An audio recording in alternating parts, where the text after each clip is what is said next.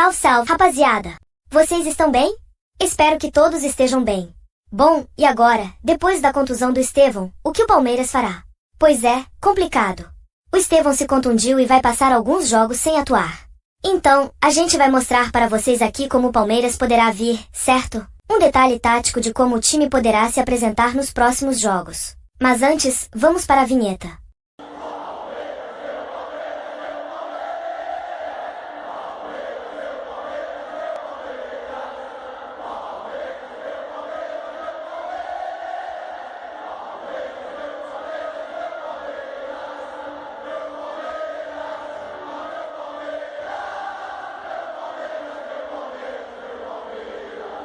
Bom, rapaziada, primeiramente peço que se inscrevam no canal, deixem seu like e ativem o sininho, porque toda vez que a gente postar um vídeo, vocês serão notificados. E não deixem de dar o like, isso é muito importante para nós. Vocês não têm noção de como isso nos ajuda. Beleza? O Estevão hoje é o melhor jogador do time. Pois é, mas não teremos contra o Vasco. Isso é muito complicado para o Palmeiras. O fato é que perdemos um jogador que vinha sendo titular e fundamental, jogando como ponta direita. Ele triangulava muito bem com Richard Rios e Marcos Rocha, sendo essencial para o time ofensivamente de diferentes formas, seja recebendo a bola aberto e partindo para o 1 contra 1, frente ao lateral adversário, ou podendo ir à linha de fundo, gerando situações de perigo ou até mesmo armar o jogo, contribuindo com a aproximação de Marcos Rocha e Rios por ali. Como foi, inclusive, no gol contra o Criciúma, de Felipe Anderson. Ou ainda se tornando uma opção, deixando a zaga adversária perdida, sem saber se ele vai chutar a gol ou dar o drible para cruzar para quem vem de trás, até mesmo fazer o arremate. Ele é um jogador muito imprevisível. Ele também pode ser uma opção de chegada pelo meio, como foi no gol que ele fez contra o Criciúma, quando Felipe Anderson tocou da esquerda para trás, no meio da área, e o Estevão chegou finalizando e marcando seu 11º gol. Sabemos que não temos um jogador como o Estevão no time, que possa substituí-lo à altura. Ninguém pode negar isso. Mas quais seriam as opções para o Palmeiras sem o Estevão? Vamos tentar explicar para vocês e dar uma ideia do esqueleto do time que Abel Ferreira poderá usar contra o Vasco. E vamos torcer para o Estevão se recuperar logo, porque sem ele, vimos o que aconteceu na Copa do Brasil e na Libertadores deste ano. Estevão é o principal jogador do time do Palmeiras atualmente. Para esse jogo contra o Vasco, teoricamente, o time ideal seria com Caio Paulista na direita, mas como ele está suspenso, provavelmente a lateral esquerda será de Vanderlan, e Estevão estaria na ponta direita. Mas, sem o Estevão, o que fazer?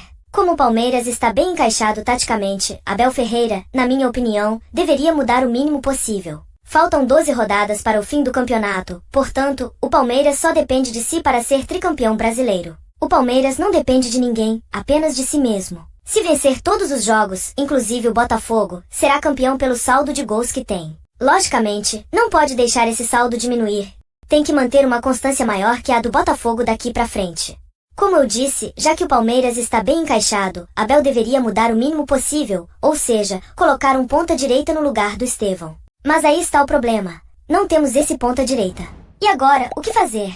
Uma opção poderia ser o Dudu, mas ele não tem condições de começar um jogo como titular devido à sua lesão, e sabemos disso. Além disso, sua confiança não é a mesma. Fica nítida a falta de confiança do Dudu nos jogos que ele entra. Ele está anos-luz daquele Dudu que conhecemos. Aí vocês podem perguntar, e o Lázaro? Verdade, Abel poderia utilizar o Lázaro, mas ele rende muito mais pela esquerda, onde Felipe Anderson vem se destacando no momento. E convenhamos, a fase do Lázaro não está nada boa, já que vem fazendo algumas atuações deprimentes. Certo, então a pergunta volta, o que fazer? O que Abel poderia fazer, analisando a situação atual, seria mexer na função de um jogador, colocando-o naquele setor.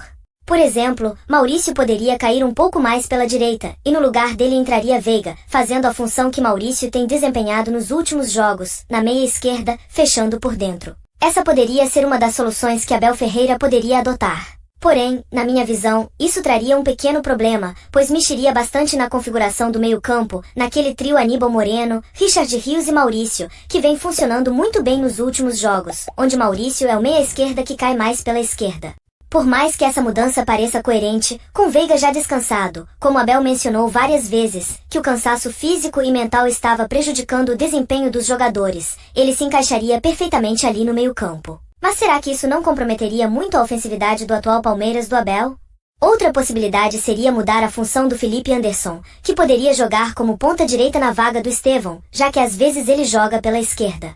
Aí o Felipe Anderson abriria espaço na esquerda, e há vários jogadores que poderiam entrar por ali. Como por exemplo, o Dudu, o Lázaro, o Rômulo, além do Rony, enfim. Jogadores com características completamente diferentes e que oferecem coisas distintas.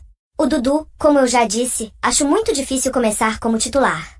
Mas o Lázaro poderia atuar ali na esquerda, onde ele rende melhor, apesar das más atuações que teve nos últimos jogos. Assim, Abel manteria a ideia de ter 2 pontas. Outra opção seria o Rômulo, que oferece muito mais em termos de armação do que um ponta de velocidade propriamente dito. Já o Rony oferece o oposto da criação, sendo completamente desprovido de inteligência e técnica para isso, como todos sabemos, né?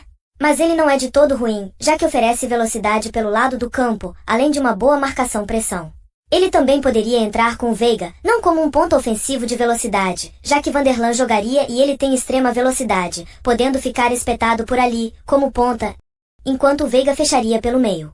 Dessa forma, o Palmeiras teria 2 meias, Maurício e Veiga, chegando na área. Só que tudo tem seus prós e contras. Na minha humilde opinião, a melhor opção seria mudar o Felipe Anderson de lado, formando o trio com Rios e Marcos Rocha ali pela direita. Esse trio ofensivo poderia funcionar muito bem. Ah, mas o time ficaria desequilibrado. Eu sei que ficaria, porque na ponta esquerda ficariam Vanderlan e Maurício, que têm características diferentes do Felipe Anderson, que se encaixou muito bem daquele lado. No outro lado, Marcos Rocha, Rios e Estevão vinham se entendendo muito bem, então mexer ali para cobrir o buraco deixado por Estevão desconfiguraria uma coisa que estava funcionando. O Abel com certeza terá uma dor de cabeça para resolver esse problema. Eu citei algumas opções que parecem mais óbvias para ele, mas Abel pode vir com mudanças táticas mais bruscas, como por exemplo, jogar com 3 zagueiros, onde ele colocaria Vitor Reis e deixaria Felipe Anderson e Maurício mais por dentro, liberando as alas pelos lados. Mas, como já disse, o Palmeiras encontrou um sistema tático que está muito bem encaixado. Eu mudaria o mínimo possível. Mexer dessa forma alteraria consideravelmente o time. Outra coisa que tem que ser levada em consideração é o comportamento do adversário. Como o Vasco costuma se comportar em seus jogos e como vai entrar para enfrentar o Palmeiras. Por exemplo, se o Vasco resolver marcar alto e der espaço nas costas dos zagueiros, o Rony poderia ser uma boa opção para explorar esses espaços com sua velocidade. O comportamento do adversário é fundamental para decidir como o time poderá entrar. O Vasco, por exemplo, tem um lateral, Lucas Piton, que sobe muito para cruzar na área para o Verratti. Então o Palmeiras precisará de alguém na direita que consiga acompanhar esse lateral, e o Dudu não é esse cara, infelizmente.